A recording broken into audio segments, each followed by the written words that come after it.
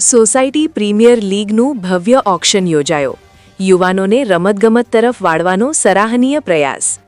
Brothers four life group દ્વારા આયોજિત society premier league એટલે કે એસપીએલ ક્રિકેટ ટૂર્નામેન્ટનું ઓક્શન એટલે કે ખેલાડીઓની હરાજી આજરોજ શ્યામનગર ક્રિકેટ ગ્રાઉન્ડ ખાતે ભવ્ય માહોલમાં યોજાયું. આ ઓક્શનનું ઉદ્ઘાટન મુખ્ય મહેમાન શરીફ કાનુગાના હસ્તે રિબન કાપીને કરવામાં આવ્યું હતું, જેની સાથે જ ટૂર્નામેન્ટના આકર્ષક સફરનો પ્રારંભ થયો છે. સોસાયટી પ્રીમિયર લીગના આ વર્ષના આયોજનમાં કુલ 110 ખેલાડીઓએ ઉત્સાહભેર ભાગ લીધો છે. ઓક્શનની પ્રક્રિયા પોઈન્ટના આધાર પર હાથ ધરવામાં આવી હતી, જેના પરિણામે સ્પર્ધા માટે કુલ 10 ટીમોની રચના કરવામાં આવી છે. દરેક ટીમ માલિકે રણનીતિપૂર્વક પોતાના પસંદગીના ખેલાડીઓને ખરીદ્યા અને પોતાની ટીમને મજબૂત બનાવી. ઓક્શન દરમિયાન ખેલાડીઓ અને ટીમના માલિકોમાં ભારે ઉત્સાહ અને રોમાંચ જોવા મળ્યો હતો. આ ટૂર્નામેન્ટના આયોજન પાછળનો મુખ્ય ઉદ્દેશ અત્યંત સરાહનીય છે. બ્રધર્સ ફોર લાઇફ ગ્રુપ દ્વારા જણાવ્યા મુજબ વર્તમાન સમયમાં સોસાયટીના યુવાનોમાં મોબાઈલ અને ડિજિટલ ગેમ્સનો ક્રેઝ ખૂબ વધી ગયો છે.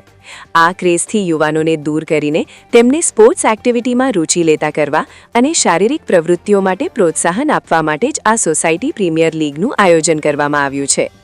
આ પહેલ થકી યુવાનોમાં માત્ર ક્રિકેટ જ નહીં, પરંતુ ખેલદિલી, ટીમવર્ક, શિસ્ત અને તંદુરસ્તીના મૂલ્યોનું સિંચન થશે, જે તેમના જીવનના ઘડતરમાં મહત્વનો ભાગ ભજવશે. ઓક્શન સમારોહમાં શરીફ કાનુગાએ બ્રધર્સ ફોર લાઇફ ગ્રુપના આ ઉત્કૃષ્ટ આયોજનને બિરદાવ્યું હતું અને યુવાનોને રમતગમતમાં સક્રિય ભાગ લેવા માટે પ્રોત્સાહિત કર્યા હતા. આ પ્રસંગે ગ્રુપના તમામ સભ્યો, ટીમના માલિકો, ખેલાડીઓ અને સોસાયટીના આગેવાનો મોટી સંખ્યામાં ઉપસ્થિત રહ્યા હતા અને ટૂર્નામેન્ટની સફળતા માટે શુભકામનાઓ પાઠવી હતી. નજીકના ભવિષ્યમાં આ એસપીએલ ક્રિકેટ ટૂર્નામેન્ટનો ધમાકેદાર પ્રારંભ થશે અને સોસાયટીના મેદાન પર જોરદાર મુકાબલાઓ જોવા મળશે. આજ રોજ તારીખ 13 ડિસેમ્બર 2025ના રોજ હેપીનગર ખાતે ગ્રાઉન્ડ ઉપર સોસાયટી પ્રીમિયર લીગ જે સિઝન 3 છે, જેનું પ્લેયર ઓક્શનનું આયોજન કરવામાં આવેલ છે, જેમાં 100 પ્લેયરો જે છે એનું ઓક્શન થશે, જેમાંથી 90 પ્લેયર જે છે એ સોલ્ડ થશે.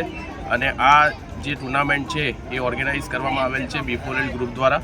અને આ ટુર્નામેન્ટ ચલાવવાનો મુખ્ય હેતુ છે કે અમે અમારા સોસાયટીના જે છોકરાઓ છે, જે યંગસ્ટર્સ છે, એમને મોકો મળે અને એકતા જળવાઈ રહે. Thank you.